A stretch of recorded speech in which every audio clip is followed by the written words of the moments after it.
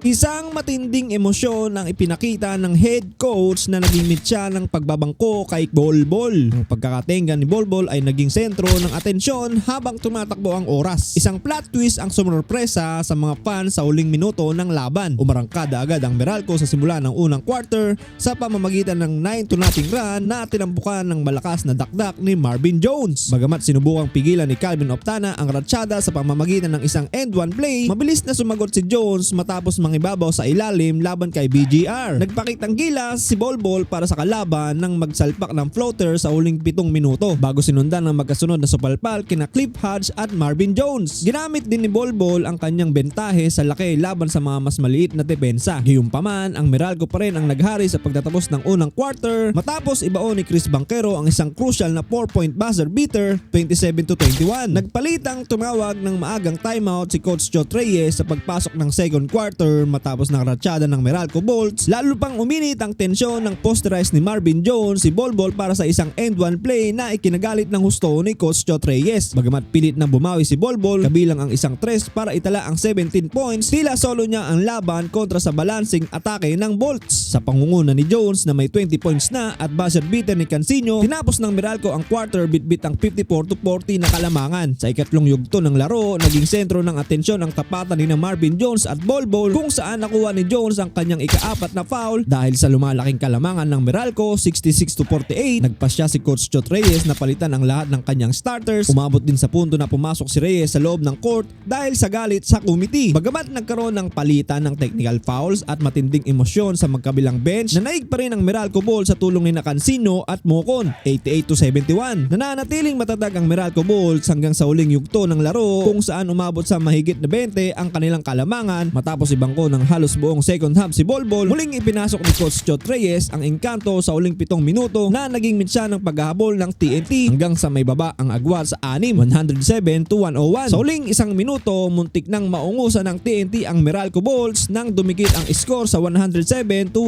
Gayunpaman, isang crucial na turnover ang nagawa ni Bolbol na sinamantala ni Chris Newsam upang selyuhan ng tagumpay ng Meralco sa score na 109-105. Ikaw PBA fans, anong masasabi mo sa turnover ni Bolbol? Pag-usapan natin yan.